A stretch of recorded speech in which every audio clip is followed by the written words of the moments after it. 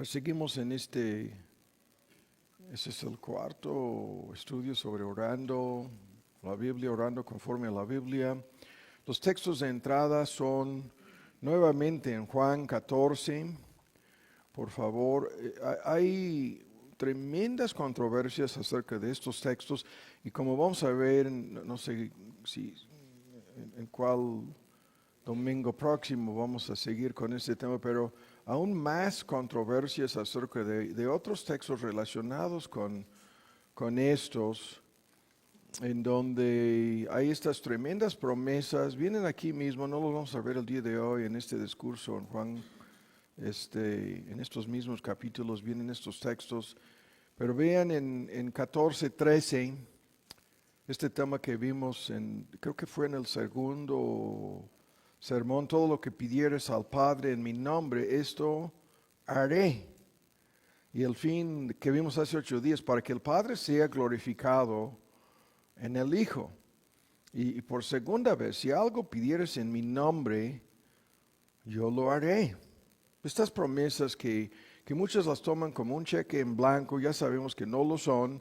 La misma fórmula se repite en 15:16, no me elegisteis, el mismo evangelio según Juan, no me elegisteis vosotros a mí, mas yo os elegí a vosotros, y os he puesto, es una palabra técnica aquí, ordenado, decretado, que vayáis y llevéis fruto, y que vuestro fruto permanezca. Y es el mismo tema, ¿para qué? Para que todo lo que pidieras del Padre en mi nombre, Él os lo dé. Y se repite esta fórmula nuevamente en el 16, ahora vamos al capítulo 16. Estos textos que son increíblemente discutidos, mal aplicados, ¿no? Algunos grupos que predican cada domingo el Evangelio de Costco, ¿se acuerdan de lo que esto quiere decir? Acuden a estos textos y los malinterpretan y los convierten en esta idea de confesión positiva y creen que lo que hacen al orar es decretar y proclamar lo que increíblemente Dios tiene que hacer, ¿no? Eso es lo que sacan de estos textos, ¿no? Y luego en relación con su obra salvadora y la llegada del Espíritu Santo en 23, en aquel día no me preguntaréis nada. De cierto os digo que todo, la doble afirmación para llamar la atención, pongan mucha atención, es esta fórmula de cierto, que todo cuanto pidieres al Padre en mi nombre, os lo dará. Estos temas, ¿no?, que ya hemos visto. Y por último, buscan en Hebreos 11. Un momento, vamos a leer en Hebreos 11. Ahora, la oración es la comunicación entre el creyente y Dios. Esa es la definición más sencilla. De igual manera, vuelvo a citar la de Juan Gill. La oración es la comunicación con Dios en el nombre de Cristo, como acabamos de leerlo aquí. Esto quiere decir mediante su intercesión, mediación, en base a su obra salvadora, sus méritos. Es un gran paquete bajo la influencia, con la ayuda del Espíritu Santo, como nos lo enseña Pablo en Romanos 8 y otros textos, por medio de la fe. Como vamos a ver una pequeña parte de este concepto de por medio de la fe el día de hoy, para pedir todas las cosas que nos hacen falta y que están de acuerdo o que estén de acuerdo, como volveremos a ver ahora. Eso es un gran debate. ¿Cuáles son las cosas que están de acuerdo con la voluntad de Dios? ¿No? El debate es constante, no tan solo en círculos teológicos, eclesiásticos, entre muchos hermanos, sino en el corazón y en la vida de oración de cada creyente. Eso es una gran duda. ¿Qué es lo que estoy pidiendo? ¿Y cómo puedo saber a ciencia cierta si está o no de acuerdo con la voluntad de Dios? Como ya sabemos, la oración, lo vimos hace 8 días, en la ilustración final, este lío con Jacob, en donde termina luchando toda la noche con aquel ángel, ¿no?, que terminó siendo nuestro Señor Jesús en su estado preencarnado. No nos metimos en esos detalles, pero termina con Peniel. He visto a Dios cara a cara y lo que vemos es quién venció a quién, ¿no? Y su humillación, es tremenda la humillación de ese hombre. Es el gusanito Jacob. Estoy leyendo un libro que se llama en inglés, Mark no está aquí, algunos de ustedes que tienen el don de hablar en lenguas tienen que ayudarme. El libro se llama God's Rascal. Increíble. Rascal. Es una palabra antigua en inglés. No sé, rascal. Aquí están algunos con el don de hablar en lenguas que yo no tengo. Ayúdenme. Rascal. No, es una... No reconocen la palabra. No. Ok. Es una palabra, a rascal. If Mark was here, I wouldn't be trapped here. No pensaba comentarlo, pero el menos indicado de los menos indicados, Jacob. ¿No? Jacob amé, a Esaú aborrecí. Y lo que me vino a la mente no se identifica en una serie de textos como el gusanito, el gusano. No soy digno, ¿no? Indigno de toda la verdad y toda la misericordia que has tenido para conmigo, todo el lío. Lo vimos terminar ahora. Estamos aquí en la introducción con este nombre de Cristo. Y ya sabemos que no se trata de una fórmula mágica, no se trata de un tipo de brujería espiritual, talismán, amuleto, algo peor, como eso es lo que todas las religiones falsas enseñan, ¿no? Incluso los que no se dirigen a María en sus oraciones están con ese mismo engaño o algo peor metido de por medio.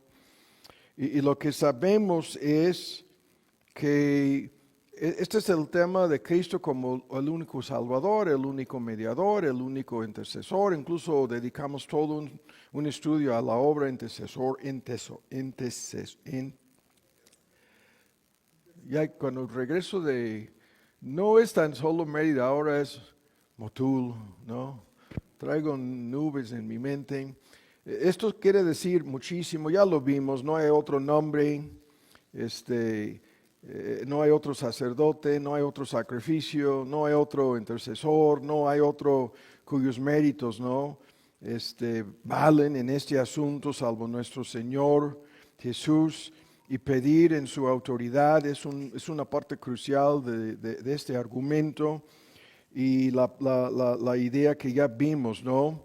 No podemos pedir cualquier cosa en el nombre de Cristo Jesús. No podemos pedir cualquier cosa bajo su autoridad.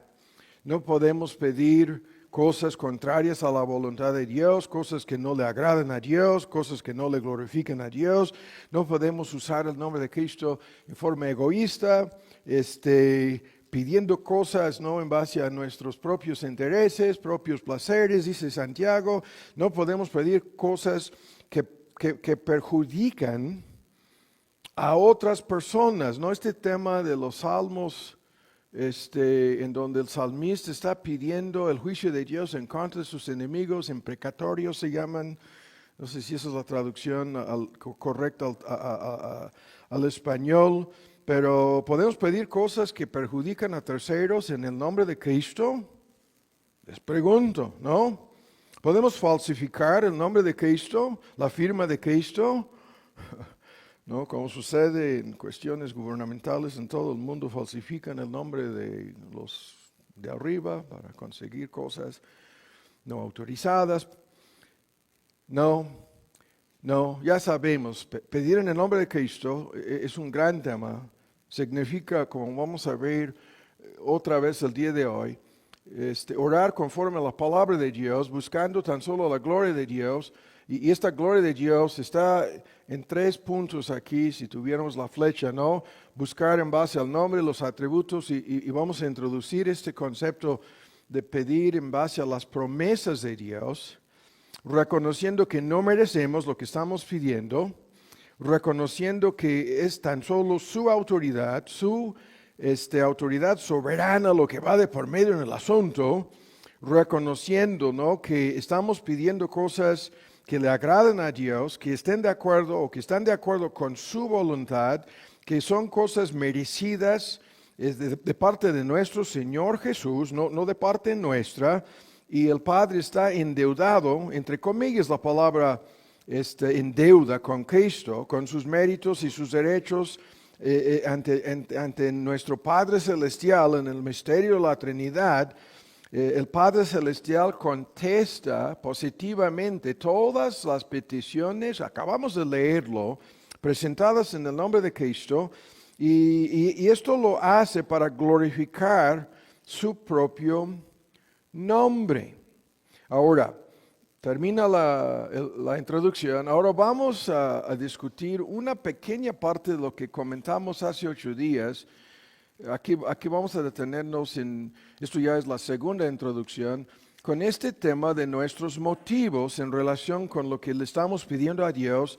La gran importancia de esto es un tema con el cual luchamos tú y yo cotidianamente en muchas cosas, en el transcurso del día y a lo largo de la semana, y cuanto más, ¿no?, en una forma más amplia en nuestra peregrinación por el desierto de este mundo. Esta lucha con nuestros motivos es interminable. Nuestro Dios nos juzgará en el día de juicio en conformidad con nuestros motivos, en relación con los designios del corazón, las intenciones del corazón de cada uno, dice Pablo. Repetidas veces lo dice. Y el hecho de que muchísimas personas no entiendan que orar en el nombre de Cristo y pedir las cosas en base a la gloria, el nombre, los atributos, las promesas de Dios, nos obliga a fijarnos cuidadosamente en los motivos, las intenciones, los deseos verdaderos de nuestro propio corazón, porque en esto se fija Dios. Eso es algo extraordinario, importantísimo, lo vuelvo a decir, y es un tema que en muchísimos textos, ¿no?, este tema surge. Desde el texto que dice, el que quisiera hacer su voluntad conocerá de la doctrina. Ese es otro gran tema, en donde un prerequisito para saber la verdadera enseñanza bíblica sobre cualquier tema es el deseo y la plena intención de hacer la voluntad de Dios en ese asunto, ¿no? Es un prerequisito para saber en una lista de cosas, el tema de la guía, la guianza divina, lo vamos a ver aquí un momento, y este mismo asunto se repite. Estoy tratando de no buscar innecesariamente los textos que no los tenemos que citar ahora porque vamos a ver otros más adelante. Pero el motivo por el cual pedimos algo,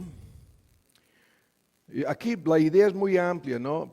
El motivo por el cual hacemos algo, en síntesis, determina si esto es bueno o malo. Y eso es una forma peligrosísima para plantear el argumento, porque muchas personas dicen, no, el fin es bueno, ¿no? Y el fin justifica los medios. Y de eso no estamos hablando aquí. Lo que estamos diciendo es que Dios se fija desde un principio en nuestros motivos. Y en 1 Corintios 13 lo hemos escuchado tantas veces. Tú puedes entregar todo lo que tienes para dar de comer a los pobres, vender tu patrimonio, tu herencia, vaciar tu cuenta bancaria, entregándoselo todo a las personas necesitadas. Y esto sería una buenísima obra, a condición de que lo hagas motivado por el verdadero amor. Y si no hay ese verdadero amor metido de por medio del asunto, estás ofendiendo a Dios y Dios no aceptará tu ofrenda, ¿no? Eso es lo mismo con todas nuestras peticiones, ¿no? Si hacemos cosas mal motivadas, y la lista de estas malas motivaciones, vamos a ver una pequeña parte de esto en un momento, pero comienza con los que hacen cosas para ser vistos de los hombres, para llamar la atención, para buscar su club de fans, todo lo que ya sabemos, ¿no? Y en un contexto religioso, el mundo entero está lleno de personas así. Y las iglesias cristianas están llenas de personas así. Y el motivo por el cual hacemos algo nos enseña muchísimo acerca de nosotros mismos. Es como un espejo, ¿no? Frente a este espejo podemos ver muchísimas cosas acerca de nosotros mismos, ¿no? Podemos vernos en alguna medida tales como somos y tratando de entender si es hipocresía, si es egoísmo, si es vanagloria, si es soberbia o algo peor, lo que nos motiva o nos motive, ¿no?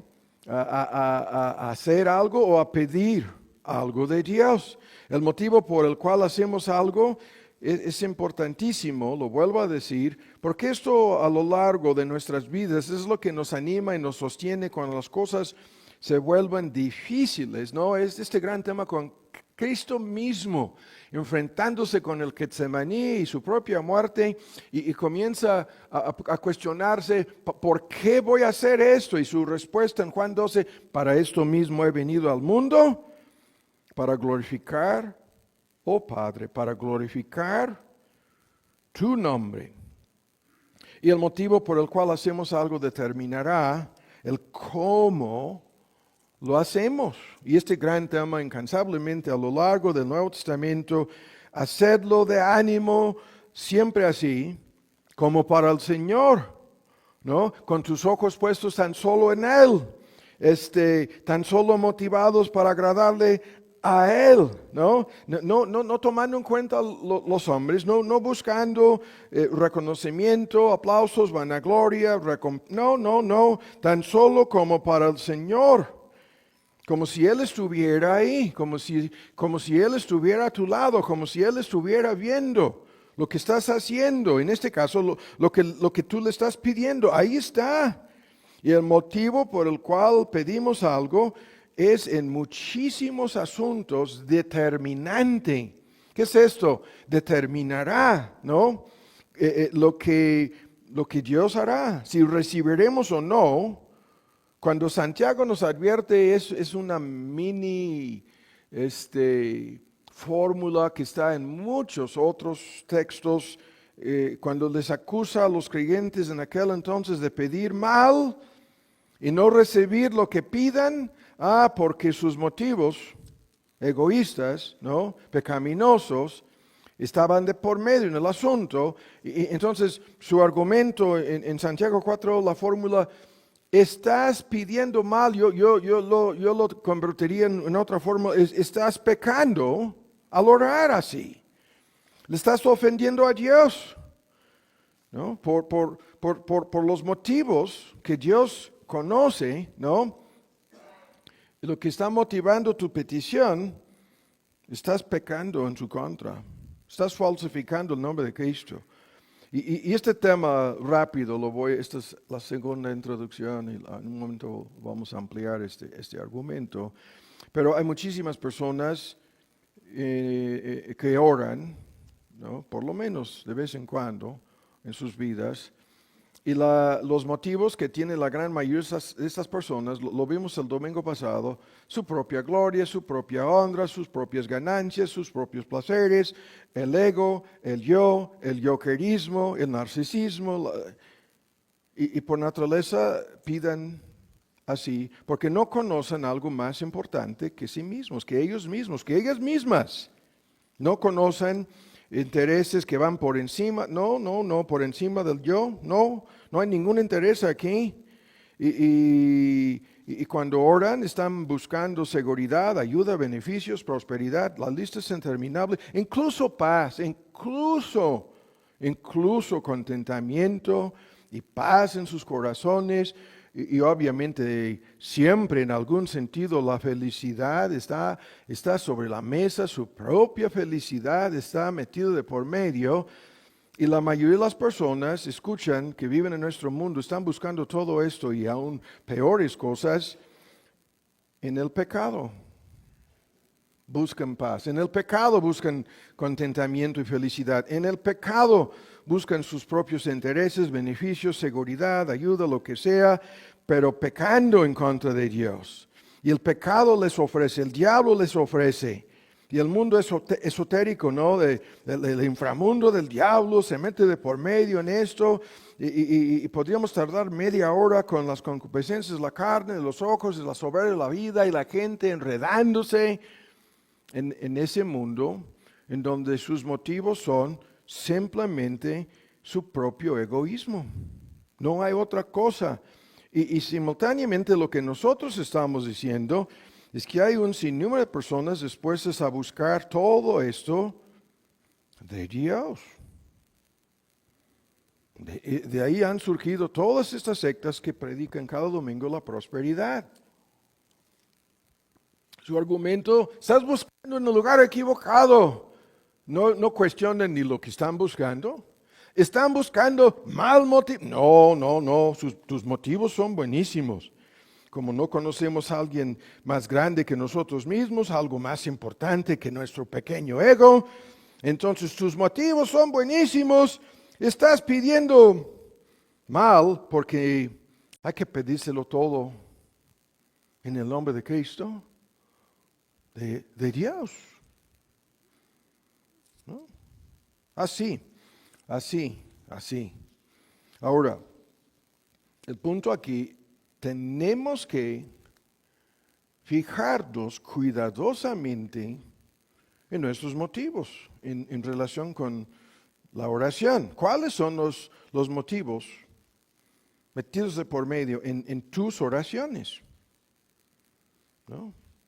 Hay que asegurarte, hay que hacer un autoexamen profundo para saber a ciencia cierta si no se trata de tu codicia, si no se trata del materialismo, si no se trata de los celos y la envidia y la trampa de comparaciones y la victimización, peor aún.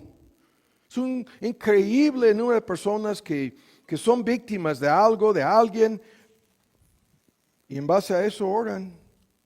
Y piden un sinnúmero de cosas, incluso en contra de las personas que les han victimizado, ¿no? Pero ni se dan cuenta de que es su soberbia, de que es su narcisismo, de que son sueños necios, de que son en muchos casos fantasías absurdas, de que son sus planes, sus proyectos egoístas, lo que está metido de por medio en sus oraciones, de que es el deseo de exaltarse a sí mismos, a sí mismas, de que no tienen la menor intención de glorificar a Dios, y su interés en su nombre, atributos y promesas, como vamos a ver, no es lo que parece ser. No.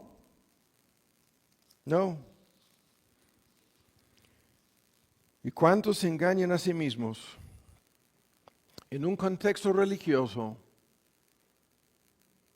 ¿No? Víctimas de su propio corazón engañoso. Víctimas, entre comillas, la palabra víctimas, ¿no? De un autoengaño perpetrado por ellos mismos. La mayor parte de sus oraciones son para agradarse a sí mismas y no tienen relación alguna, ni con la palabra, ni con la gloria de Dios, nada. Ahora rápido, la forma para examinarnos a nosotros mismos aquí, esto termina la segunda introducción. La forma para examinarte a ti mismo y saber más a fondo cuáles son tus motivos en esto es haciéndonos una serie de preguntas. Estas preguntas las conocemos. Es una lista que normalmente nos sirve en cuestiones de guianza divina, dirección divina y la toma de decisiones en nuestras vidas. Pero esta lista la vamos a, en forma muy resumida aquí, usar y aplicar a este tema, ¿no? Cuando nos preguntamos a nosotros mismos sobre nuestros motivos, la primera pregunta que tenemos que hacernos es esta famosísima de si lo que le estamos pidiendo a Dios es algo lícito.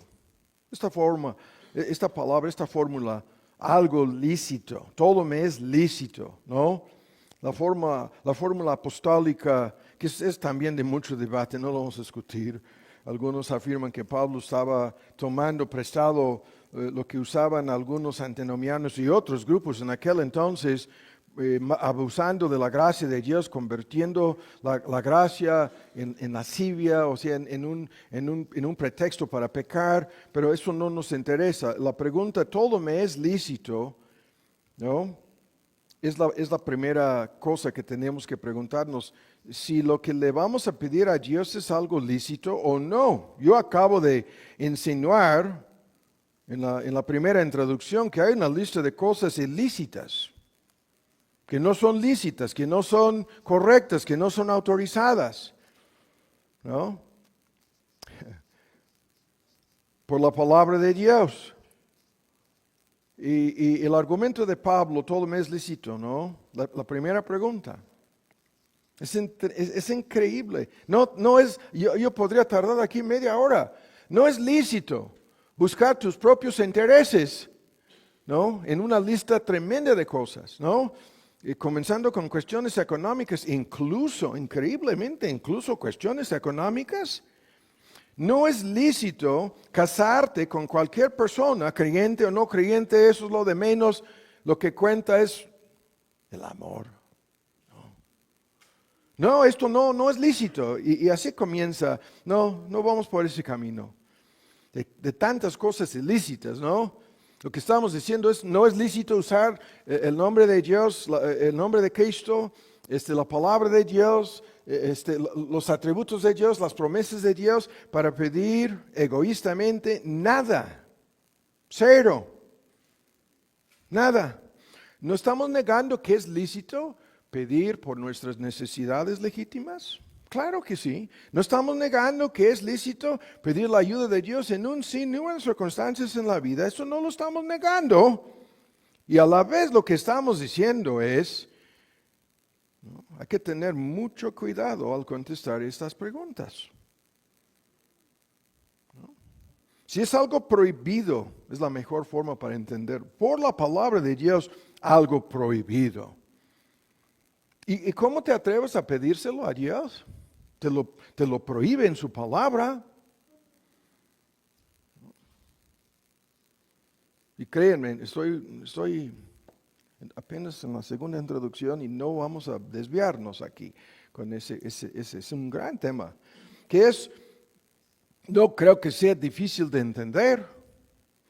Pero la segunda pregunta de si todo lo que estoy pidiendo a Dios no son cosas ilícitas, y luego la pregunta de si son cosas que convienen. Esta lista de preguntas, ¿no? En 1 Corintios 10, en los versículos 23, 24, y como vamos a ver en el capítulo 6 también, la pregunta de si conviene, ¿no? Es una traducción, en algunas versiones la palabra no todo edifica. Y luego la fórmula que yo acabo de decir, nada egoísta, ninguno busque su propio bien. 10:24, 1 Corintios, capítulo 10, versículo 24, ninguno busque su propio bien. ¿No? Y yo estoy diciendo su propio bien en todo el ejemplo, los ejemplos, ¿no? El ejemplo de la persona egoísta, narcisista, buscando para su propio beneficio y nada más, sino hay que buscar, como lo dice aquí, el bien del otro. Y la pregunta de cómo me va a afectar lo que le estoy pidiendo. ¿Cuál es el efecto? La palabra edifica. La palabra conviene o no. ¿Conviene esto o no? ¿Edifica esto o no? ¿Cuál sería el efecto? ¿Cuál sería el resultado? ¿Cómo afectaría mi testimonio? ¿Cómo afectaría mi relación con Dios? ¿Cuál sería el efecto sobre mi servicio, sobre mi santificación, sobre mi consagración, mi entrega a Dios, la mayordomía, la lista? Y aquí se agrega, ¿no? ¿Cómo afectaría a terceros? ¿Cómo afectaría a otras personas? ¿Les perjudicaría a estas personas? Lo que estamos pidiendo no es algo malo en sí. ¿Cuál sería su efecto sobre mí y sobre terceros? ¿Cuál sería su efecto? ¿Se convertiría en un ídolo? ¿En un ídolo? ¿En una obsesión? ¿En un obstáculo? ¿Se convertiría en algo que tomaría control de mi vida? Esta fórmula que hemos escuchado tantas veces de que no debemos pedirle a Dios ninguna cosa que terminaría rebasando nuestra capacidad de manejarlo correctamente, como todos estos, ¿no? Que desde los que ganan la lotería hasta los que son pagados enormes cantidades de dinero por una lista de cosas en el atletismo, en el mundo político, socioeconómico, de ricos y famosos, en el mundo artístico, a los 19, a los 20, ¿no? A los 25, a los 30 años de edad, reciben poder, dinero, que es una receta segura que terminará destruyendo sus vidas. Y no tienen idea alguna de que eso es lo que pedían. Algunos de estos que se jactan de que hicieron un trato con el diablo, ¿no? Este tema, ¿no? En la música rock y pop, estos videos en donde literalmente son cientos de testimonios. Es un clip tras otro clip, tras otro clip, y lo que dicen es, el diablo me ayudó, ¿no? El diablo me dio, ¿no? Incluso a veces hasta el don y el talento en la música, o para cantar, o para escribir, el diablo me lo dio.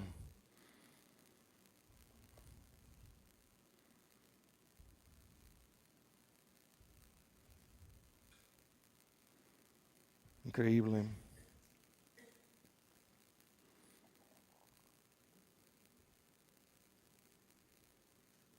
Increíble, ¿no? Y luego son arrastrados directos a la perdición. Como una película de terror.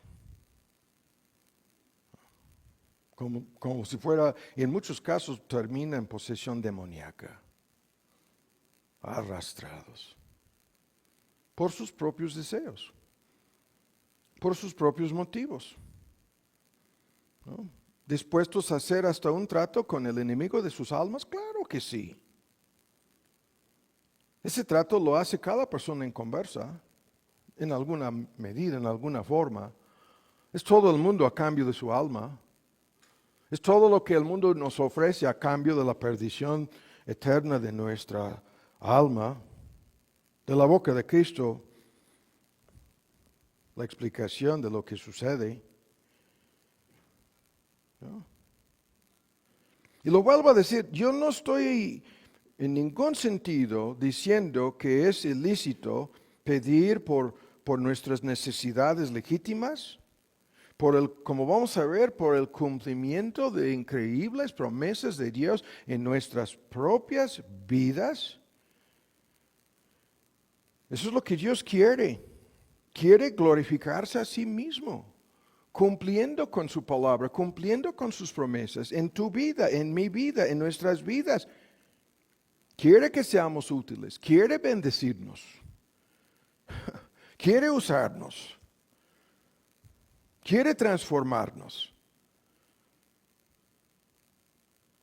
Pero eso no es lo que estamos realmente buscando, la mayoría de los creyentes. No. No. No. Estamos hablando aquí de realidades, ¿no? Y cuando nos preguntamos, ¿estamos tan preocupados acerca de otras personas como por nosotros mismos? ¿Tan preocupados acerca de terceros que por los nuestros y los míos y lo mío? No. Si nos interesa que otros sean salvos, más que el pequeño círculo de nuestros seres queridos, tampoco. Si queremos que Dios sea glorificado en la vida de otras personas más que en nuestras vidas.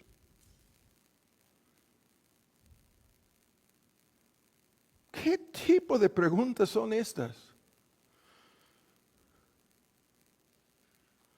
Estamos preocupados por el reino, el nombre, la gloria, lo que viene al principio del Padre nuestro, que es la base de todo este argumento de orar conforme a la Biblia.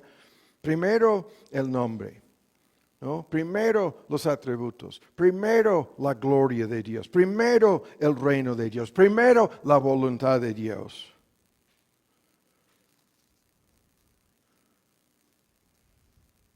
Antes que las necesidades básicas de la vida.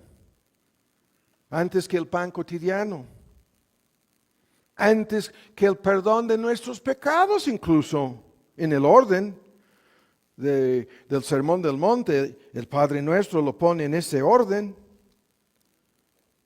¿Y cuánto tiempo? ¿Cuánto tiempo está dedicado a orar a favor de otras personas que están fuera de tu pequeño círculo, ¿no? De tus seres queridos? ¿Cuánto tiempo? Orando por la causa de Dios, el nombre de Dios, la gloria de Dios, el reino de Dios, la voluntad de Dios, la iglesia de Dios, el crecimiento espiritual. Es increíble, lo vamos a ver dentro de poco. Hay estos analistas, ¿no?, que pasan por las epístolas del Nuevo Testamento y tienen en síntesis todas las oraciones apostólicas en el Nuevo Testamento divididas por temas y categorías. Y la primera cosa, y parece ser el 70 o 75% de las peticiones apostólicas a favor del crecimiento espiritual de los creyentes en aquel entonces y hasta el día de hoy, obviamente lo mismo, por el crecimiento espiritual, en una lista espantosa de ejemplos.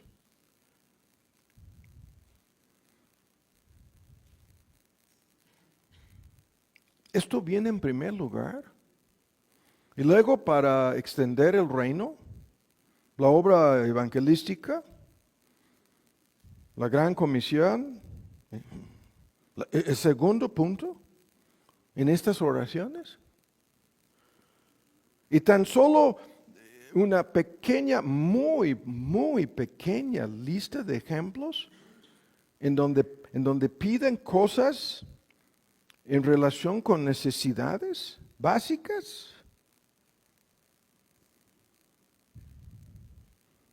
Estas preguntas, ¿somos cuidadosos en nuestras oraciones para darle a Dios las gracias, para darle a Dios la alabanza, para darle a Dios el crédito?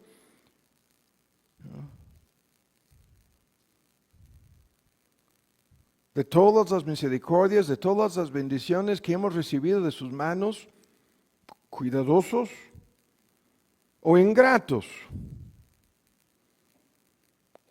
Personas que piensan que lo recibido es porque por sus propios méritos, ¿no? Increíble. Esta lista de preguntas la voy a dejar. Podríamos extenderlo más.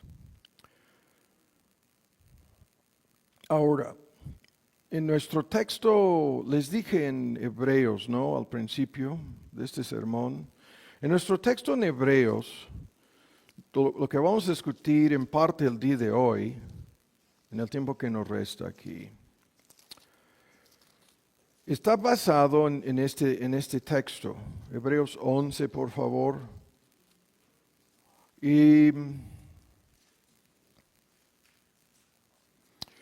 en este texto hay muchísimas cosas, ¿no?, que todos se resumen en el argumento que vamos a ver aquí. Y hay que apurarnos. En su discurso sobre esto es el Salón de Fama de los Héroes de la Fe, ¿no? Hebreos 11. Y comienza con la fe es la sustancia de las cosas que se esperan. Al versículo 1, la demostración de las cosas que no se ven. Y hay muchísimos debates sobre esta fórmula, ¿no? Es una de las definiciones técnicas de lo que significa el don de la fe. Nos da certidumbre, convicción. En nuestra versión antigua es una demostración y la idea es visible, evidente, de cosas invisibles. Es increíble esto, ¿no? Es la fe que es el telescopio, el microscopio, la máquina de tiempo. Podemos viajar al pasado, al futuro. Es un tema gigantesco y por medio de la fe entendemos la enseñanza bíblica sobre el creacionismo, ¿no? Según el versículo 3. En donde las evidencias de un diseñador inteligente, creador, son abrumadoras, increíblemente fuertes, innegables. Para las personas que quieren ver estas evidencias, son innumerables las evidencias de la realidad, de las cosas invisibles ante nuestros ojos, las cosas que no se ven. Y la fe siempre opera en esta forma. Andamos por fe, no por vista. Y esta fe es el don de Dios, ¿sí? Como vamos a ver en un momento, que corresponde a su naturaleza y carácter. Pero nos interesa aquí el versículo 6, en donde en toda la introducción a este gran tema, dice que sin esta fe, sin fe, es imposible agradar a Dios. Sin fe es imposible orar a Dios, así lo estoy diciendo. Agradar a Dios, orar a Dios, tener contacto con Dios, comunicación con Dios. Sin fe, nada, ¿no? Y luego se agrega una parte del porqué de esto. Porque es necesario, es menester, es indispensable que el que a Dios se acerca, crea. Eso es el papel de la fe en relación con nuestras oraciones. La necesidad de creer. No tan solo que Dios existe, como acabo de decirlo, ¿no? Toda la creación física es la prueba contundente de la existencia de un creador que está fuera de los límites del tiempo, el espacio, la materia, que es en toda su naturaleza y atributos la primera causa y todos los efectos que vemos en este mundo, ¿no? La prueba de que hay algo eterno es la existencia del tiempo. Y algo tiene que existir fuera de los límites del espacio, el tiempo y la materia. Y la prueba de que hay un poder omnipotente, es todas las formas de energía que existen en el cosmos. Y ahí culminándose en la prueba contundente de que hay un creador, es el código genético. Y el mundo microscópico, biológico, celular, que resulta ser más complicado. Están ya concluyendo que hay supercomputadoras trabajando a nivel celular en el cuerpo de todas las formas de vida que existen en el planeta. Sí. Y hay que pasar de creer que Dios existe y luego creer todo lo que Él nos ha revelado acerca de sí mismo en su palabra. Y en síntesis, esto es la realidad de su gloria, del cual el cosmos entero testifica. Y en su gloria estos puntos, nombre, atributos y promesas van de por medio. Hay que creer todo lo que este Dios nos ha revelado acerca de sí mismo. Su nombre, su carácter, su gloria, sus propósitos, sus atributos, sus promesas. Y la fe nos da la capacidad de creer toda la verdad revelada acerca de Dios en este libro, sin entenderlo todo. Este argumento viene al principio. Por la fe entendemos, 11:3, que el mundo fue creado por la palabra de Dios, siendo hecho lo que se ve de lo que no se veía. Pablo argumenta sobre un código genético en 1 Corintios 15 en relación con las semillas y todas las formas de comida sembradas en la tierra. Y aquí dice, hay una dimensión paralela, invisible ante nuestros ojos, y Dios hizo las cosas visibles de lo que en aquel entonces no se veía y hasta el día de hoy no se ve, salvo con telescopios y microscopios y máquinas que pretendan llegar hasta cierto punto a ese mundo invisible. Y el texto dice, por la fe entendemos esto. Y esta fe, lo vuelvo a decir, proporciona la capacidad de creer la verdad revelada acerca de Dios, ¿no? Incluyendo todo lo que sabemos acerca del Evangelio, acerca de Cristo, acerca de su obra salvadora, acerca de la muerte, acerca del más allá de la muerte, acerca del destino eterno de cada ser humano, el cielo, el infierno, el mundo venidero. El tema es gigantesco porque esta fe te introduce a un mundo en donde no es posible creer a medias, no es posible creer tan solo algunas partes de lo que este libro dice, de lo que esta palabra revela acerca de la gloria de este Dios. ¿Terminarás creyéndolo todo? ¿O lo vas a rechazar por completo? Esto funciona así. Y todos aquellos que no tienen esta fe, ¿no?, van a rechazarlo todo, van a tratar de crear su propia realidad, van a tratar de explicar su propia existencia, van a tratar de controlar sus propias vidas, van a tratar de determinar su propio destino, van a tratar incluso de evitar su propia muerte. Y van a fracasar. Van a fracasar. ¿No? Entonces, este tema rápido es importantísimo. El texto dice, además de lo que estoy resumiendo aquí a grandes rasgos, hay algo específico señalado en el texto, que la fe nos conduce a creer. La última frase del texto dice que este Dios es el galardonador, recompensador, ¿no?, premiador, todas las palabras sinónimas de los que le buscan. ¿Qué es esto? Que este Dios responde a todos los que a de veras le buscan. Que si tú quieres saber si este Dios existe o no, tan solo lo tienes que buscar. Y la garantía, lo vas a encontrar. Es una garantía.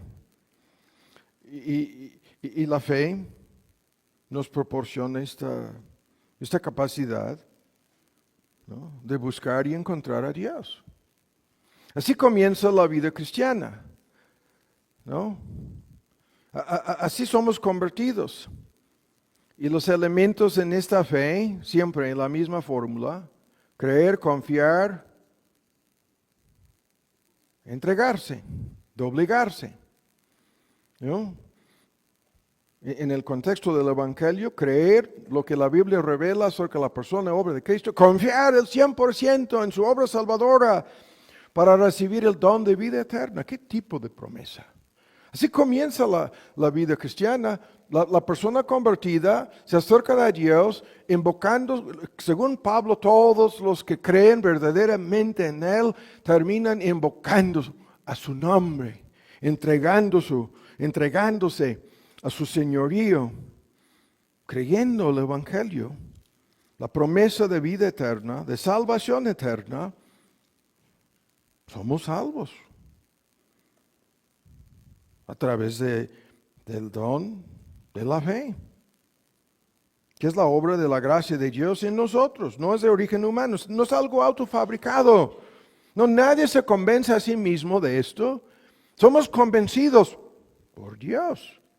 Somos convencidos por su palabra, por su espíritu, por su verdad, convencidos. Y por el mismo Dios, conducidos a confiar en su promesa de salvación y a entregarnos a nuestro Señor Jesús como nuestro Señor y Salvador. Pero el punto, esta fe nos conduce a Dios. Es la fórmula cara a cara con Dios. La fe nos conduce a la palabra de Dios. La fe nos conduce a las promesas de Dios. La fe nos conduce a creer. ¿Quién dio esta palabra? Dios. ¿Quién dio estas promesas? ¿De dónde salieron? No de la nada. Son reveladas tan solo en la palabra de Dios. Y si no tuviéramos otro asunto salvo este libro, aquí hay una prueba contundente, irrefutable, innegable de la existencia de Dios.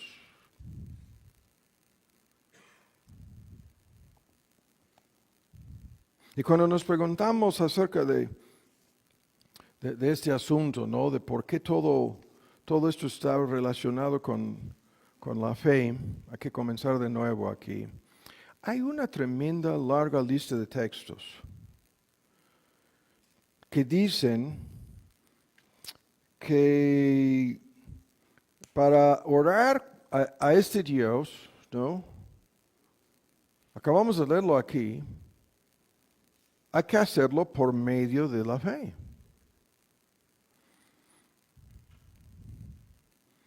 Esta lista es sorprendente. ¿No? Conforme a vuestra fe, os sea hecho de la boca de Cristo frente a estos dos hombres ciegos que querían ser sanados. Conforme a vuestra fe, le pidieron la sanidad, la respuesta divina, conforme a vuestra fe, os sea hecho. ¿No? Aquel que se le acercó a Cristo con el hijo endemoniado desde chico, y invirtió todo el argumento y dice, si puedes hacer alguna cosa, y de inmediato la respuesta de Cristo, si tú puedes creer. Al que cree todo es posible. Marcos 9. ¿No? En Santiago se plantea el argumento, está aquí a la mano, si quieren buscar ese texto al principio de Santiago, en donde dice, si alguna persona tiene falta de sabiduría, hay que pedírsela a Dios, el cual da abundantemente, sin reprochar. Y la promesa, si tú le pides a Dios, a esto volveremos, esta sabiduría te será dada. El versículo 5, primer capítulo de Santiago, y de inmediato el mismo argumento, pero a condición de ¿qué? Hay que pedir en fe. Y luego este gran tema lo comentábamos, una pequeña parte de esto el miércoles entre semana, nuestras interminables luchas con dudas. No dudando nada, dice, porque el que duda es semejante a la onda del mar, que es movida del viento, echada de una parte a otra. No piense pues esa clase de persona que pide no en base a fe, sino dudando que recibirá cosa alguna del Señor. Y una y otra vez los textos, no es necesario repasarlos, es exactamente, todos estos textos confirman lo que estamos diciendo al citar en Hebreos 11, sin fe es imposible agradar a Dios. Es necesario, es indispensable, es menester, es el requisito, ¿no? La presuposición, la exigencia divina, que si tú, la fórmula acercarse a Dios es dirigirse a Dios en oración. Es un tema a lo largo de la Biblia, de los que acercan y los que se alejan de Dios. Es una fórmula ilustrativa, un modismo para decir, acercarse a Dios es orar a Dios.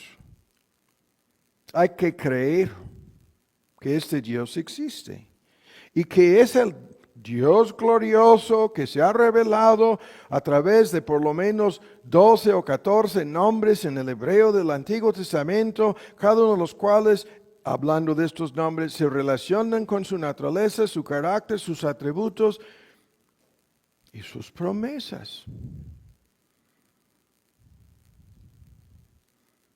Entonces, cuando nos preguntamos por qué la fe está metida de por medio en esto, es ya la respuesta ya la tenemos. Ahora rápido, agrego a lo anterior, ¿no? que la fe que te da la capacidad de creer la verdad revelada acerca de Dios, que corresponde a su naturaleza, que corresponde a su carácter, en la forma práctica. Esto quiere decir que lo que este Dios ha revelado acerca de su misma naturaleza, la fe te da la capacidad de creerlo. Su autoexistencia, omnipresencia, omniracionalidad, este Dios que tiene 1000 razones en todo lo que hace, este Dios que el argumento va desde su soberanía absoluta, ¿no? El hecho de que tiene en sus manos el destino eterno de cada ser humano sin excepción y que hará lo que quiere con lo suyo, ¿no? Nadie le puede impedir en ese punto, en virtud de ser el Dios verdadero, glorioso, creador, soberano del universo, hace lo que quiere con todo y todos, ¿no? Hasta todo lo que la Biblia revela acerca de su amor, gracia, misericordia, paciencia, benevolencia, bondad, así. Y estas personas que se acercan a la Biblia y lo que creen es lo que les parece razonable a ellos.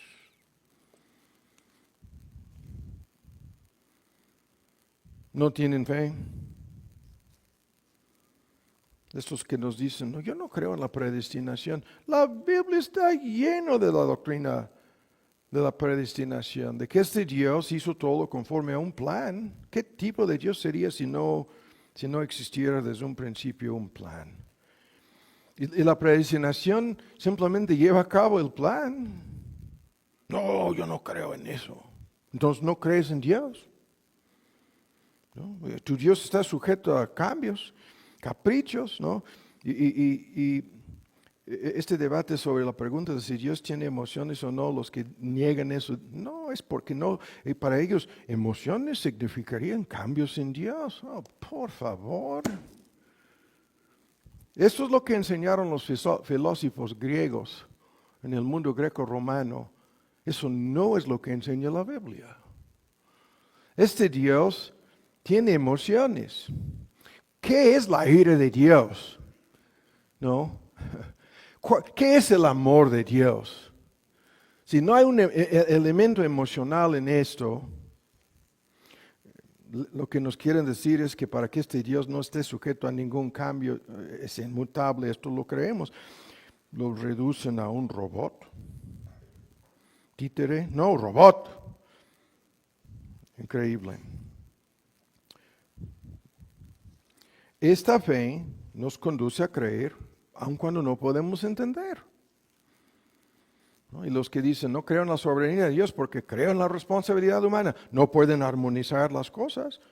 O los que dicen, no creo en la Trinidad porque para mí han de ser ese treteísmo, han de ser 3 dioses. Es imposible que sea en una sola esencia divina 3 personas y no hay 3 dioses. No, claro que no.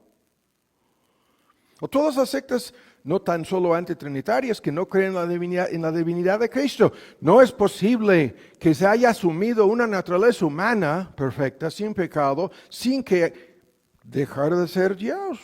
Eso no es posible. No es posible para el Dios de ellos. No es posible. No, nada más. Y creen a su gusto, creen a su manera, creen a lo que les parece. Y lo mismo sucede con las promesas. Algunas sí, otras no. No, de estas sí creo, de otras, la más grande de salvación eterna. Puede haber algo más importante de por medio, más grande que creer, ¿no? El Dios que prometió la vida eterna antes del comienzo de los siglos, dice Pablo. En su evangelio lo anuncia. Para cada creyente, la garantía, ¿puede haber una promesa más grande que esa? Hay que creerlo todo o rechazarlo todo, es lo que estamos diciendo. Y esta fe rápido, ¿no? Está metido de por medio en todo el tema de la oración, porque nos conduce a tener contacto directo con este Dios. Estos temas los conocemos. Este asunto de que este Dios se digna, lo vimos con el gusanito Jacob orando a este Dios y luego enredándose no era lucha libre, lo vuelvo a decir, salió discapacitado de por vida, el pobrecito. ¿No? Y esta fe nos conduce a este tipo de contacto. Es el rostro de Dios, es la cara de Dios, es la faz de Dios, lo que está de por medio. Y este contacto es indispensable para nosotros. De eso se trata. La oración es la comunicación con este Dios. Es el contacto directo con Dios. Y es a través de esto que nos enseña un sinnúmero de cosas y nos cambia a nosotros, ¿no? Nos obliga a ejercer nuestra fe, a crecer, a madurar, a tener un sinnúmero de tratos con Él. Cotidianamente, las bendiciones no son automáticas. Y los que dicen, no, pero hermano, si todo está predestinado, yo no veo ni necesidad alguna de orar. Y la respuesta, el mismo Dios que todo lo ha predestinado, incluso en relación con tus oraciones, ha señalado el cómo, lo que Él ha predeterminado hacer, cómo se harán estas cosas. ¿Cómo se harán estas cosas? Por medio de la oración. Por medio de la oración. Es el cómo. Este Dios ha predestinado llevar a cabo su voluntad en nuestras vidas. De tal modo que este tema lo hemos analizado a fondo, incluso en el instituto. La relación entre la predestinación y la oración es directa. Porque el mismo Dios que ha predestinado el fin, lo que va a suceder, lo que tiene que suceder, ha predestinado el cómo se llevará a cabo eso. Y es por medio de la oración, por medio de la fe, creyendo, ¿no? Y esto es increíble el argumento aquí. Esto es el medio divino, el conducto, la vía, la fórmula establecida por nuestro Dios. Y lo que siempre sucede en esto es simplemente lo que estamos diciendo. Dios lo ha fijado así. Porque esto es lo que le glorifica. Esto es lo que le glorifica. Así se glorifica este Dios ante nuestros ojos, en nuestras vidas, en nuestros tratos personales con Él. ¿No? Y yo tengo esta lista, ¿no? Haz tu lista. Cuando recibimos lo que Dios nos ha prometido a través de la oración, por medio de la fe, ¿no? En base a la obra salvadora de Cristo, cuando recibimos la promesa cumplida y la lista, la salud recuperada, la enfermedad sanada, la necesidad suplida, el obstáculo quitado, el problema resuelto, el pecado perdonado, el hijo pródigo rescatado, la sabiduría proporcionada, la guía divina aclarada.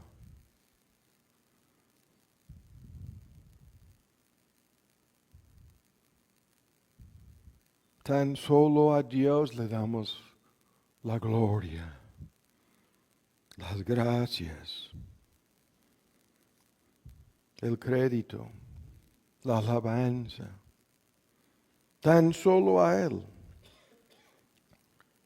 la gloria. Nadie más. Tan solo a Él. Es por la fe para que sea por gracia, dice Pablo en Romanos 4, hablando de la salvación. Es por la fe para que sea por gracia. Y aquí yo estoy cambiando la palabra apostólica para decir es por la fe para que tan solo a Dios sea la gloria, la honra. ¿No? Y con razón el texto dice, la fe, tan solo la fe, agrada a este Dios. Aun cuando esta fe es de origen divino, sí.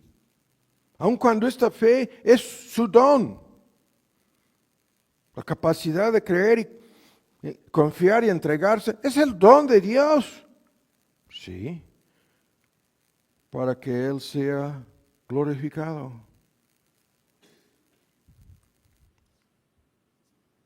Y escuchen, ¿cómo es que esta fe le agrada? Dice el texto. Porque la fe cree. La palabra, las promesas, todo. La fe cree. Y esto glorifica a Dios. La fe agrada a Dios porque tan solo la fe confía.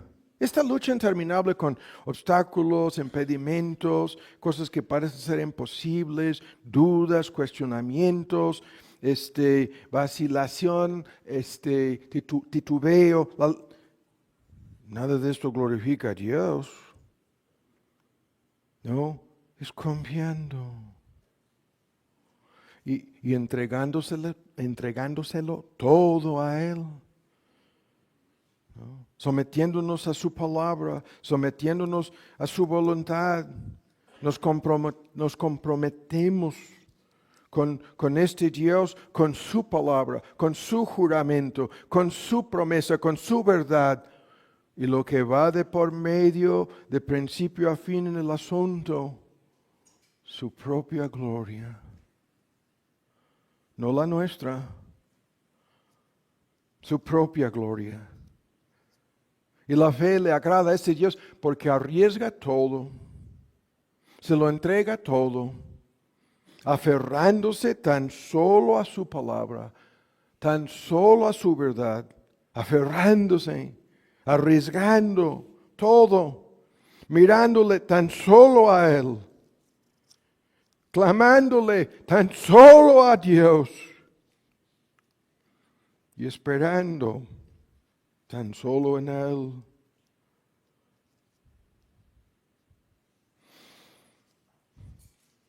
Y así la fe le glorifica.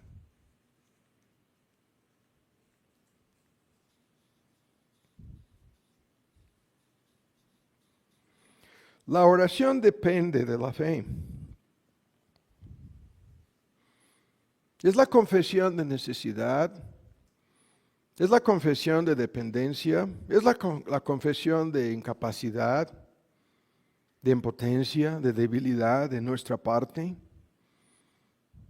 Si no necesitas, si eres independiente, si eres capaz, si eres potente, si no tienes debilidad, no vas a orar.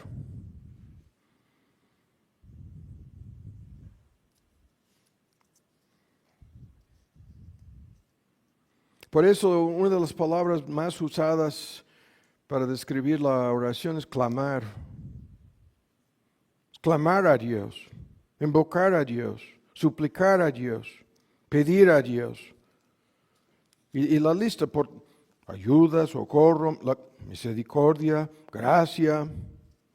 Y esto estimula todas las demás gracias espirituales en nosotros, comenzando con lo que yo estoy diciendo aquí, cuán evidente es esto, humildad. Ese pobrecito gusanino Jacob, humillado hasta el polvo, y tú y yo de igual manera, ¿no? La fe estimula mansedumbre, humildad, dependencia, reconocimiento de incapacidad, de debilidades nuestras, necesidades nuestras. Y increíblemente este Dios, lo hemos estado viendo en esta prolongada serie sobre la paciencia entre semana, nos obliga a esperar, sí. Sí. Hay un sinnúmero de respuestas cotidianas al instante. Y otra tremenda lista de cosas, tendrás que esperar. Tendrás que aprender la paciencia. Tendrás que contener tus impulsos, ¿no? Esta palabra longanimidad es un tema increíble por el cual Pablo ora una y otra vez, que Dios nos ayude a tener paciencia y longanimidad, ¿no? La capacidad de no darnos por vencidos, de no desesperarnos, de no actuar en la carne, de no tratar de adelantar las cosas, de no buscar algún remedio humano. Así. Y esta fe estimula todas las gracias espirituales, incluyendo la obediencia. ¿Cuánto más la obediencia? Podemos pedir por fe y no hacer caso de los mandamientos de la voluntad de Dios en nuestra propia vida. Te lo estoy pidiendo sabiendo que yo vivo en desobediencia en este aspecto de lo que es claramente revelado en tu palabra, tu voluntad para mí, lo que yo tengo que hacer o no obedecer tu palabra. No lo voy a hacer y sin embargo, me tienes que contestar. Y en esta sala o salón de fama de los héroes de la fe, en cada punto obedecieron. En cada ejemplo obedecieron. En cada punto su fe se demostró, no con palabras, no por lo que hicieron. Muéstrame tu fe, ¿no? El argumento en Santiago 2, sin obras, yo te mostraré mi fe por mis obras. Nadie puede pedir en fe haciendo caso omiso de la voluntad, los mandamientos. Nadie puede pedir en fe viviendo en desobediencia. Es increíble este asunto. No vamos a detenernos a discutirlo. Otras personas pueden ver tan claramente, Dios no te ha contestado, hermano. Dios no te ha hecho caso, hermana. Y es obvio el por qué. Desobediencia, infidelidad. Tú estás exigiéndole que te haga caso y tú estás haciendo caso omiso de alguno o más de sus mandamientos.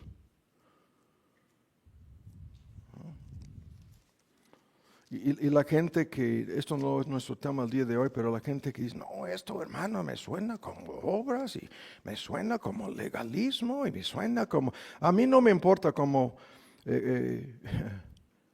no me importa las personas que reaccionen así. Los textos dicen, si le pedimos alguna cosa conforme a su voluntad, nos oye. ¿Sí?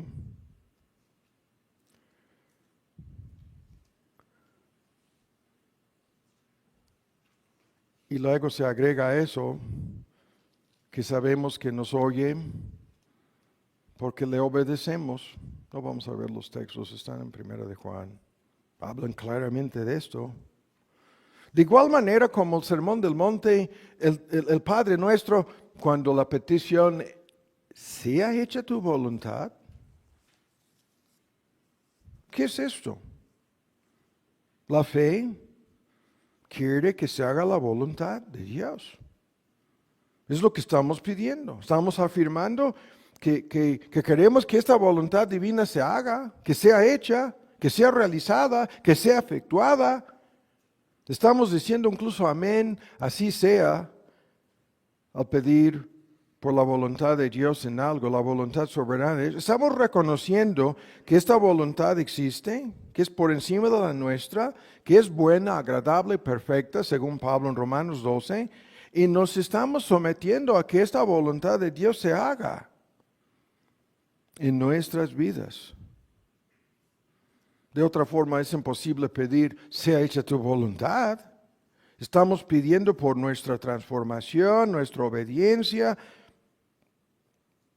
Estamos conformándonos a lo que la palabra de Dios dice, pidiendo, ¿no?, la voluntad de Dios. Es increíble la lista de ejemplos de textos que hablan así. Y la fe va a la mano con la obediencia. Dios no es el galardonador de los que le desobedecen a propósito en sus vidas. No, no. Y si te parece que es pérdida de tiempo hablar así,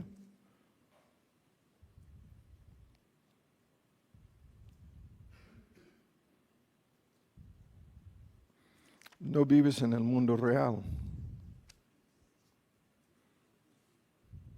Y luego este tema lo dejo, ¿no? Es por la fe, porque la fe crece, la fe al ser ejercitada, ¿no? En el gimnasio de Dios, crece, madura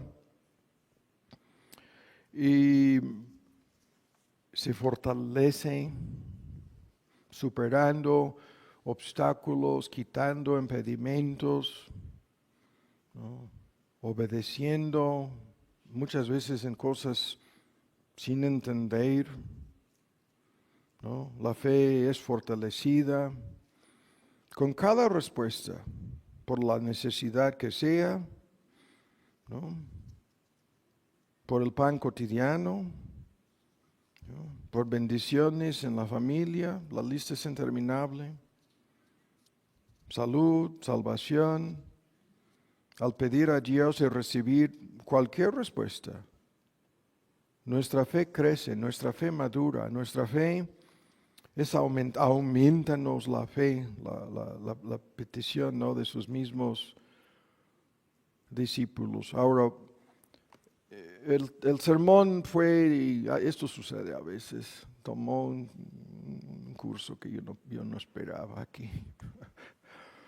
Y como no tenemos la obligación de ver todo lo que pensábamos, vamos a concluir el día de hoy viendo en el poco tiempo que nos falta aquí, la relación directa entre la gloria de Dios, los atributos de Dios y las promesas de Dios es un concepto que vamos a resumir aquí para concluir. Ahora buscan en Mateo 7, íbamos a ver algunos ejemplos de oración. No, esto no podemos hacerlo ahora. Ahora, buscan en el Sermón del Monte, en Mateo 7. No es necesario detenernos mucho tiempo con estos ejemplos, son muy conocidos, demuestran categóricamente la verdad de lo que hemos escuchado. Esta fe que glorifica a Dios, ¿no? Su nombre, sus atributos, sus promesas, es lo que vemos en una... La lista es increíblemente larga. Nuestra debilidad no es tan grande que Dios se digna de decirnos las mismas cosas una y otra vez en su palabra. Y los ejemplos de lo que estamos escuchando, de cómo hemos de orar en base a este paquete, mirando a los atributos, mirando a las promesas. Los textos que hablan así, y esto es como orar conforme a la Biblia, no hemos dejado el tema, son tantos. Aquí, este texto, lo hemos citado 1000 veces. 7:9 del Sermón del Monte. ¿Qué hombre de vosotros hay que a su hijo le pidiere pan, le daría? Creo que esto lo mencioné el domingo pasado.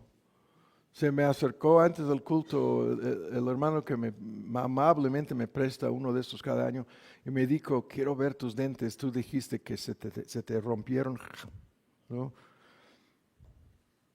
Y ahí no hay dentistas aquí, ¿no? Para comprobar si tengo aquí mis dientes fracturados o no. Cuán absurdo y cuán ilustrativamente hablando, ¿no? La ilustración. A su papá le pidió pan y no tan solo esto es lo que recibió, sino cómetelo, ¿no? A fuerzas. ¿Qué tipo de padre? haría eso. ¿Cuál es el argumento? Lo que el texto dice. En vez de el pececito, en algunas de estas, Cristo enseñaba las mismas cosas en forma cíclica, repetitiva, agregando y quitando. En algunos textos que hablan de esto es culebra, ¿no? Serpiente, en este ejemplo, en Mateo, le daría algo en vez de algo que no sirve para nada, la piedra. ¿Le daría acaso algo que le perjudicaría? Lo que yo preguntaba al principio del sermón, si lo que le estoy pidiendo me hará daño. ¿Será no para mi beneficio, sino para perjudicar? ¿Quién? Y si vosotros siendo malos sabéis dar buenas dádivas a vuestros hijos, ¿cuánto más vuestro Padre que está en los cielos? ¿Cuál es Esta es la oración, esto es nuestro tema. Es lo que le estamos pidiendo. Y el texto dice, tan solo nos dará buenas cosas. Tan solo buenas cosas. Y la pregunta es, ¿quién define la palabra bien? Dios define esa palabra bien. En Lucas, en esta versión, se cambia por completo el argumento y dice, ¿acaso no dará el Espíritu Santo? ¿No es buenas cosas Dios, el Espíritu Santo, a los que se lo pidan?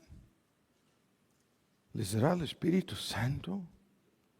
Y ahí se amplía Dios, el Espíritu Santo, la mayor bendición posible. Y el argumento es lo que pedimos mirando a Dios por medio de la fe, ¿no? Nos contestará en base a su bondad. Eso es el argumento aquí, su naturaleza bondadosa, benevolente, misericordiosa. El hecho de que nos da tan solo buenas cosas. A los que le pedimos, tan solo buenas cosas. Todo el argumento es, hay que orar en base a eso. Si yo, Padre Celestial, lo que te estoy pidiendo no es la mejor cosa, si lo que te lo estoy pidiendo no es algo realmente bueno para mí, si no es algo realmente que en el contexto de tu plan para mi vida, tus propósitos, en relación con mi peregrinación por este mundo y todo mi entorno, familia, todo el argumento extendido, dame tan solo lo que es bueno ante tus ojos, tan solo buenas cosas. Y podríamos tardar aquí media hora discutiendo esta fórmula. ¿Quién determina la palabra, el significado de la fórmula buenas cosas? El texto dice tan solo buenas cosas. Hay que orar así. Eso es lo que significa orar la Biblia, orar conforme a la palabra. Y esto con cada ejemplo aquí que vamos a citar para concluir, es lo mismo. Es lo mismo. Vean cómo se amplía este argumento ahora en la boca de Pablo. Vamos rápido a Romanos 8, a este texto en donde hay grandes verdades teológicas sobre el plan eterno de salvación, comenzando con predestinación y llamamiento y justificación, culminándose en glorificación y todo el gran tema. Y todo encaminado para nuestro bien. Este debate entre semanas sobre qué haríamos si Romanos 8:28 no estuviera en la Biblia. Todas las cosas encaminadas para nuestro bien. Y el que define este bien aquí mismo dice, este bien es que tú seas transformado y hecho semejante a la imagen de Cristo en alguna medida. ¿No? Después de haber sido convertido, perdonado, yo te voy a moldear y transformar en la metamorfosis. A medias no es completa, no hay super santos y sin embargo, en alguna medida yo estoy encaminando todo esto para ese bien. Ese es el bien en el texto.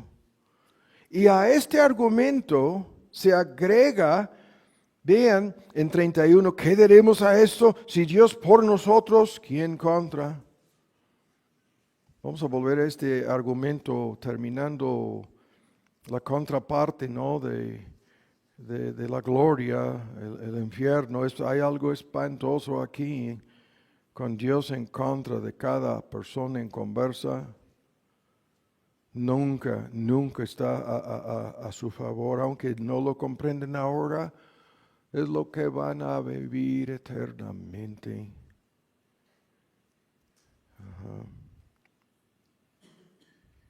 Dios está en contra de todos los inconversos. Y esto será su destino eterno para siempre. Pero para los creyentes, por nosotros, a favor de nosotros, del lado de nosotros, las traducciones, no en contra, siempre a favor, siempre buscando nuestro sumo bien. Y la fórmula aquí que amplía el argumento de la boca de Pablo, bajo inspiración del Espíritu, el que aún a su propio Hijo no perdonó, antes lo entregó por todos nosotros. Cristo no fue perdonado en la cruz del Calvario, siendo personalmente inocente y a la vez legalmente culpable. No fue perdonado. Cuando cargó con la culpa de los pecados de cada creyente, si esto ya lo hizo Dios a favor nuestro, si esto lo mencioné en el instituto, un hermano se me acercó el viernes en la noche en el Getsemaní. A este tema vamos a volver. Vamos a predicar una miniserie sobre lo que se llama la pasión de Cristo. Espero que sea en este año. Es increíble, el Evangelio según Juan es el 70% del Evangelio según Juan que se dedica a narrar los eventos en relación con la pasión, los eventos. Pasión quiere decir todos los eventos predestinados, llegando a un momento crítico que terminan culminándose en su muerte en la cruz del Calvario. Y es increíble las 4 biografías en los 4 evangelios ponen la mayor parte de su atención en ese tema y nada más, ¿no? En esas mini biografías en Juan, ¿no? Mateo, Marcos y Lucas. Y en el Getsemaní, ¿se vale esto? La pregunta. Muchos teólogos afirman esto, que cuando Padre, todo te es posible, entonces debe haber alguna forma posible para que estos sean salvados sin que lo que acabamos de leer aquí suceda, sin que yo sea condenado, sin que yo sea entregado, sin que yo sea abandonado, sin que yo sufra lo que deberían haber sufrido cada uno de estos. En su lugar lo voy a cargar a mi cuenta y lo voy a aceptar personalmente, y tú simultáneamente me lo vas a imponer. Y esto es el vaso mirando y dice, esto no se vale. Estos no lo ameritan. Estos no son dignos. Y mi comentario, mirando al vaso y mirando a los por quienes iban a entregar, ninguno de ellos es digno. Se me acercó un hermano, no en tono de discutir, sacudido por lo que yo acabo de decir. Y mi pregunta, ¿habría alguno de esos dignos? No. Yo tan solo estoy diciendo, sabiendo eso, ninguno de estos no lo ameritan, no son dignos. En inglés la expresión de esto es más fuerte. Is it worth this? ¿Se vale esto? No. Are they worth this? Tampoco. Este es el argumento aquí. Ilustrativamente, metiéndolo de Getsemaní de por medio. Si esto ya lo hizo a Dios, ¿acaso cómo? ¿No nos dará juntamente con Él la fórmula griega? También con Él, con el don de su Hijo amado, todas las cosas todas las cosas buenas.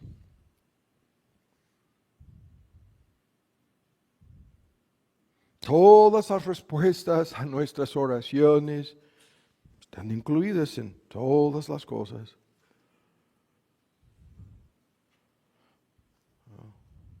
Y el argumento, esta es la fe en el amor eterno de Dios, el amor soberano de Dios, el propósito soberano de salvarnos. Este amor es la base, este amor es la firma, este amor es la garantía. A este amor apela nuestra fe. Si me amó así, si ya me dio la cosa más incomprensible y grande posible que me pudiera haber dado,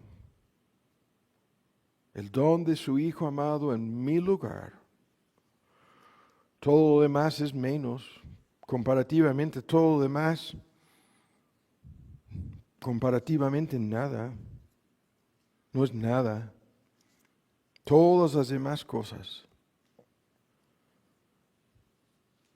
La fe cree esto, la fe ora en base a esto. La fe confía en esta realidad de su naturaleza, sus atributos, y esto se convierte en tanto un argumento teológico, lógico, razonado, como una garantía, como una promesa, simultáneamente. Esto es una promesa. Y los ejemplos de esto están por todos lados, y hay que concluir el sermón el día de hoy. El argumento en la boca de esta mujer, rápido, no es necesario que ustedes busquen el texto. Esta pobrecita la hemos visto con su pancarta, con su bocina, haciendo el escándalo, gritando frente a las oficinas de aquel juez injusto: hazme justicia de mi adversario. Y el malvado juez no quiso. No quiero. No, tú me estás pidiendo justicia, no te la voy a dar. Y todo el lío, lo que ella hizo, y cómo se asustó el juez por lo que hizo aquella mujer. Y la aplicación: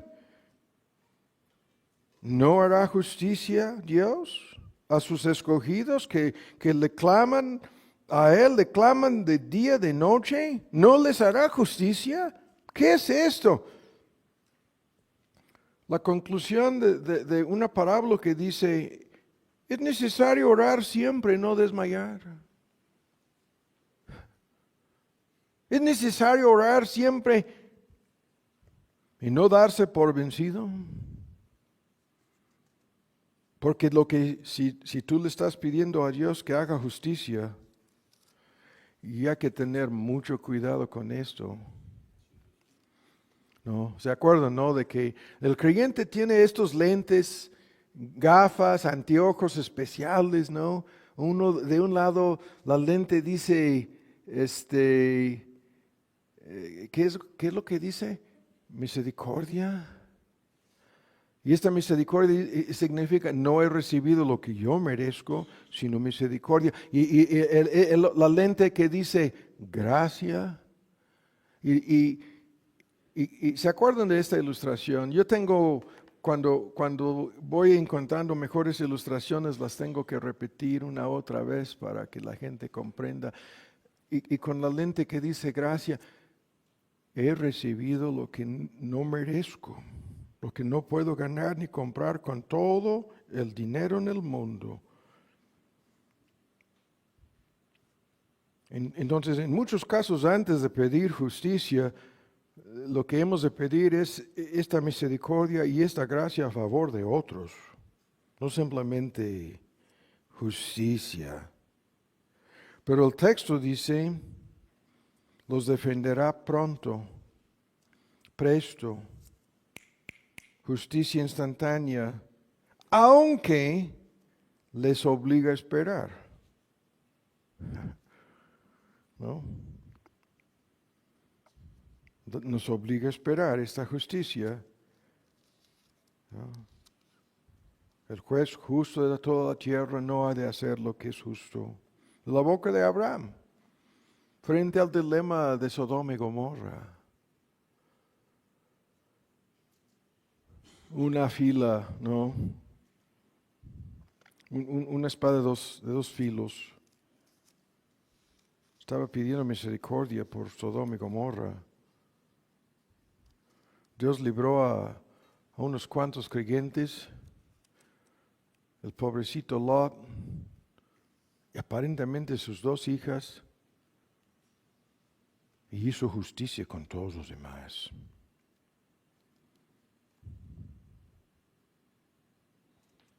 Y así,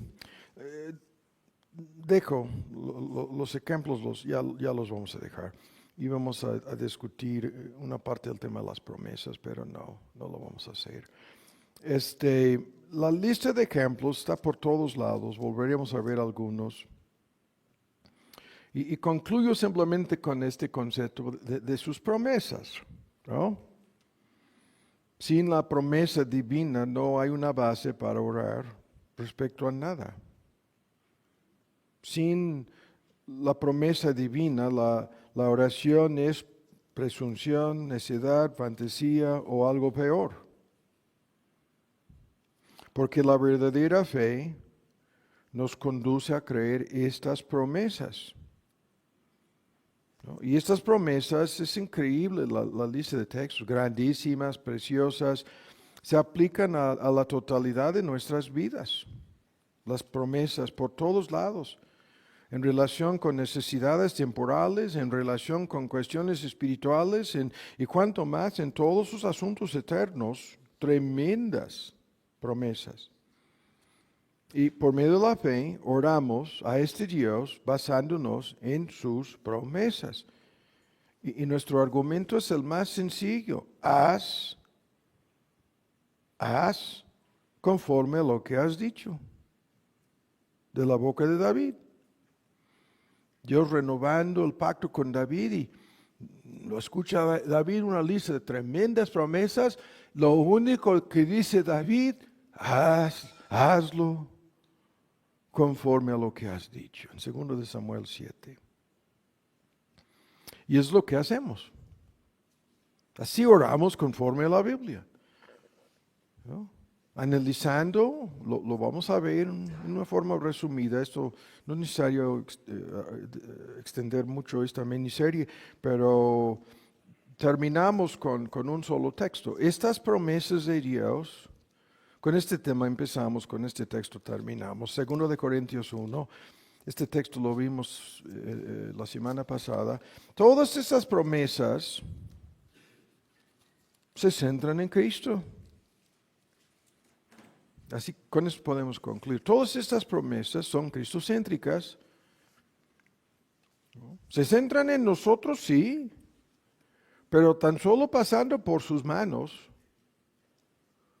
tan solo, ¿no?, a través de su palabra y sus promesas, llegan a pertenecer a nosotros estas promesas.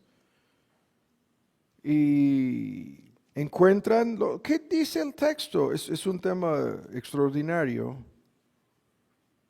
En el versículo 20 del primer capítulo de 1 Corintios estamos leyendo todas las promesas de Dios. Él se refiere a Cristo. ¿Son en Cristo? Sí. De ahí vienen, este no es el único texto. Muchos grupos carismáticos usan la doble fórmula amén y amén. Y los que se preocupan por sacar este concepto de la Biblia, a veces citan este texto. Sí. ¿No? Yes. Afirmativamente, positivamente, la respuesta a las promesas de Dios en nuestras vidas. Y amén, ¿no?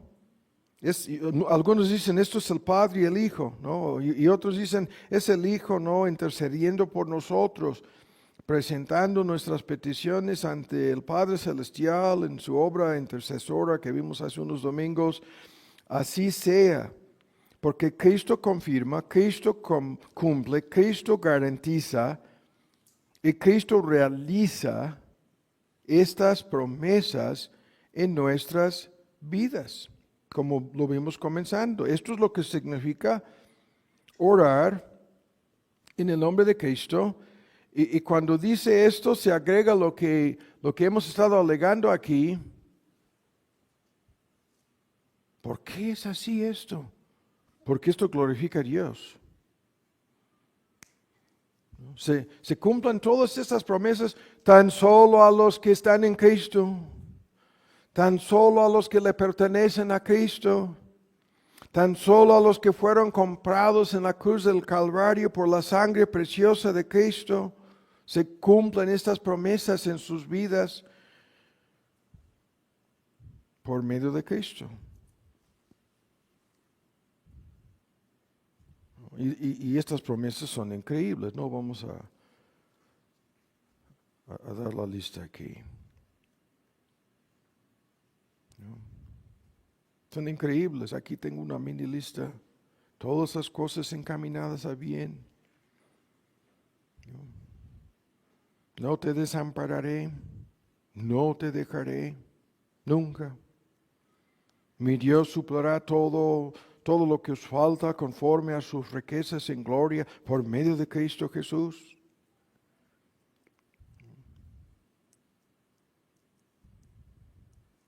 El pecado no tendrá dominio sobre nosotros, no. Porque somos librados de su esclavitud, control y dominio. No la lucha, pero su esclavitud, sí. Y las promesas así, todo lo que pertenece a esta vida y a la vida venidera, todo lo que pertenece a esta vida y a la piedad de la boca de Pablo, nos será dado, nos ha sido dado. El texto griego es el tiempo del verbo es perfecto. Ya nos han sido dadas, son garantizadas. Entonces, ¿por qué no se han cumplido? Porque hay que recibirlas por medio de la fe. Hay que pedirlas en fe.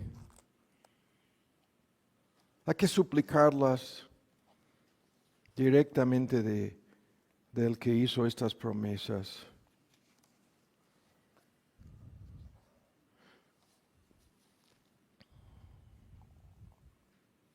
Y esto yo puedo predicar, es fácil predicar sobre este tema. Incansablemente puedo hablar de esto. Pero tan solo tú. Nadie lo puede hacer en tu lugar. Nadie puede orar.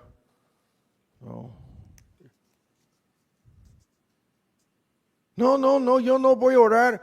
Oren por mí, háganlo ustedes. Está bien.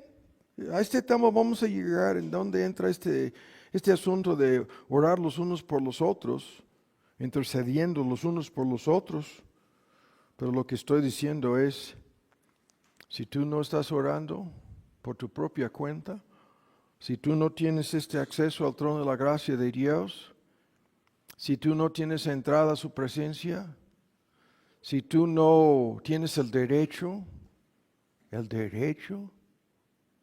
de usar el nombre de Cristo en tus oraciones,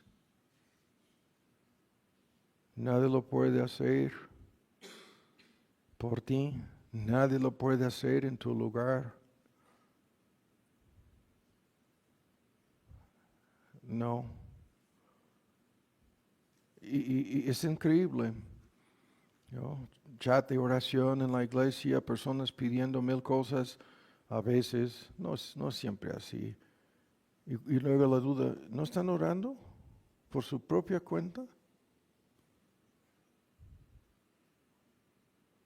O lo que están pidiendo a favor de otros, no lo están pidiendo, ¿no?, por sí mismos.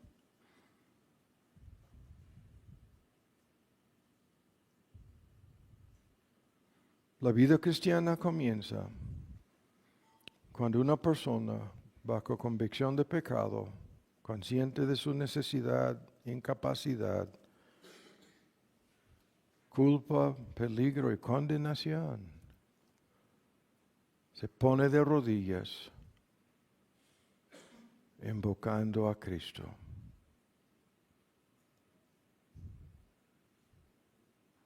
Y yo me atrevo a decir que, o sea, nadie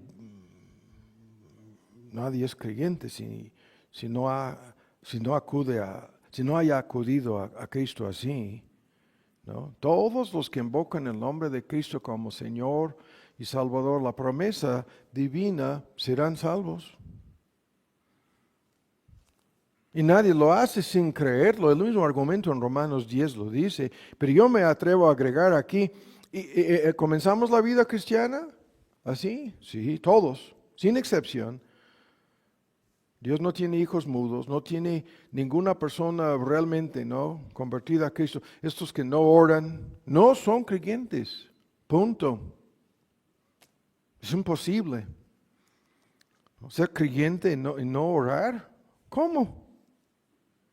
Y luego, lo que estoy diciendo, termina la vida cristiana. La peregrinación al cielo comienza con la persona orando y termina. Te lo garantizo. Yo he estado presente, ¿no?, en ocasiones al ver la muerte de un creyente, y sus últimas palabras son de oración, las que salen de su boca. Y a veces depende de la condición física, no se oye nada, se están moviendo sus labios, y te lo garantizo, no está hablando a ninguna persona humana. Claro que no. Se está encomendando al mismo Señor y Salvador, a quien se entregó al principio.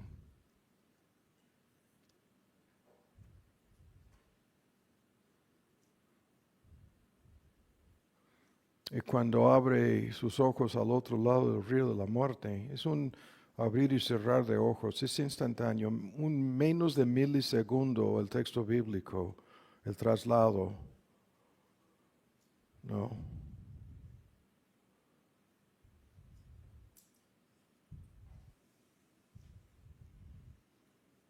Cae a los pies del mismo Cristo. Y su vida de oración terminó. Se acabó.